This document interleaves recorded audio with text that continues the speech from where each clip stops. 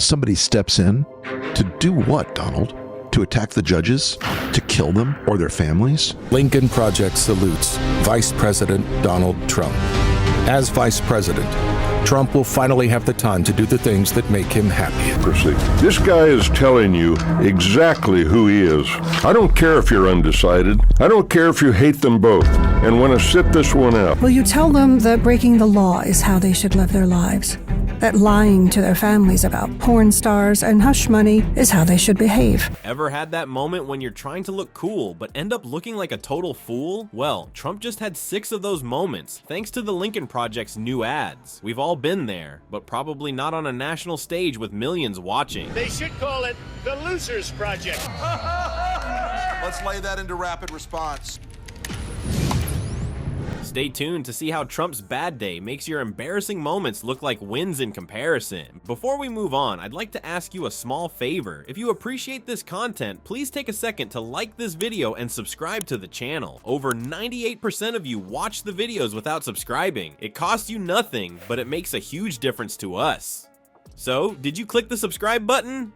Great, thank you so much. Now, back to the video. Imagine this. On his upscale golf course, Trumpy is grumpy and believes he will become the next Tiger Woods. However, our orange friend is going to receive a reality check that will be more difficult to accept than his overcooked steak. As if he owns the place, Donnie Diaper strides onto the green. Oh wait, he does. Ready to display his tremendous golf skills, he has his MAGA hat on tighter than his ego. It's gonna get hotter than Trump's taco bowl tweets. So people, hold on to your golf carts. He's about to tee off when all of a sudden, an advertisement for the Lincoln Project illuminates a huge screen close to the course. Lincoln Project salutes Vice President Donald Trump.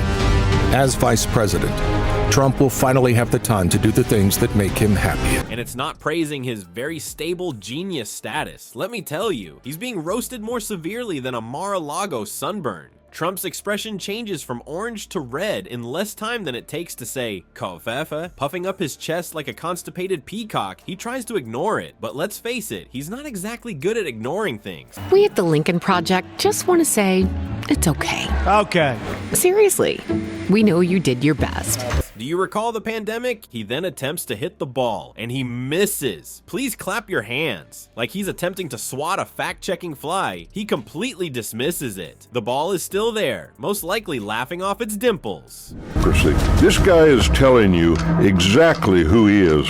I don't care if you're undecided. I don't care if you hate them both and want to sit this one out. Trump is now more insane than a wet MAGA hat. He begins to swing that golf club as if he were attempting to subdue the truth. What will you tell your kids? That you voted for a felon and a criminal, supported a man found guilty by a citizen jury. It's like watching a toddler lose it in the cereal aisle because they can't have Fruit Loops for dinner. Left, right, up, down. But hold on, things will improve. In a final outburst, our commander-in-chief chooses to attack his poor defenseless golf club like the Incredible Hulk. Smash! Expensive golf equipment fragments fly everywhere. Thank heavens it's raining golf club bits. You're great at remembering things. Person, woman, man, camera, TV. Thank you, everybody. And there he is, enraged and red-faced, surrounded by the ruins of his outburst. It's a stunning catastrophe, a miniature version of his presidency. However, people, this golf course disaster is only the beginning of Trump's terrible, awful week. He seems to have placed an order for the entire Mar-a-Lago buffet of humiliation, and the main course is still being served. Blight on America's presidential legacy. And yes, future generations will refer to you as that turd sandwich that accidentally won an election one time. Somebody steps in to do what, Donald? To attack the judges? To kill them or their families? People, our favorite Twitter addict is experiencing severe withdrawal symptoms. Trump used to tweet more quickly than a coffee-drinking squirrel, do you recall? Like his hair in a fierce wind, those days are gone. Sadly, Donnie is not coping well with being barred from his favorite playground. Imagine this, like a junkie reaching for their fix, Trump, still fuming from his outburst on the golf course, reaches for his phone. However, reality strikes him in the head more forcefully than a well-placed golf ball. Weaver and Schmidt, all losers. The Lincoln Project has raised $90 million. We have the opportunity to help save the goddamn country. His Twitter account has been banned. His face falls apart more quickly than his accusations of election fraud. Seeing a toddler come to terms with the fact that they cannot have ice cream for breakfast, lunch, or dinner is similar. You're a criminal, and you did it to yourself. Nobody's ever seen anything like this. It's a shame. Your defense was weak. However, our chief tweeter isn't giving up so easily. Like a desperate ex, he's experimenting with other platforms by sending you direct messages. The issue? His posts are as illogical as a cat attempting to bark. He seems to be using his own brain to play Mad Libs, and the results are, well, let's just say that they're unique. Who he is. You would never abuse power as retribution against anybody. Except for day one. America or Trump?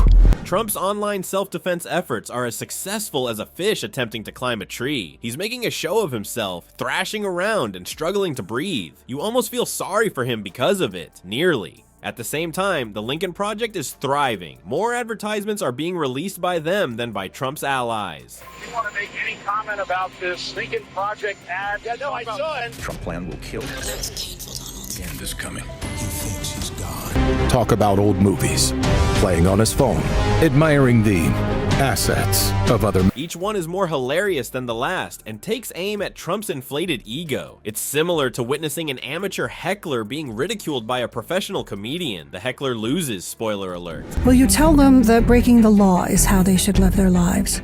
That lying to their families about porn stars and hush money is how they should behave? As Trump's annoyance reaches new heights, we can't help but wonder what outrageous stunt he will do next. Will he attempt to purchase a social media network of his own? Perhaps he will begin to emit smoke signals from Mar-a-Lago. Alternatively, he might adopt a more traditional approach and begin passing notes during cabinet meetings. It appears that Trump's awful week has taught us that humor is the ultimate antidote to inflated egos. Who would have thought that a few well-chosen jokes could cause the orange turd to deflate more quickly than a punctured balloon? It's like watching a comedy special in real life, only more hilarious because it's happening.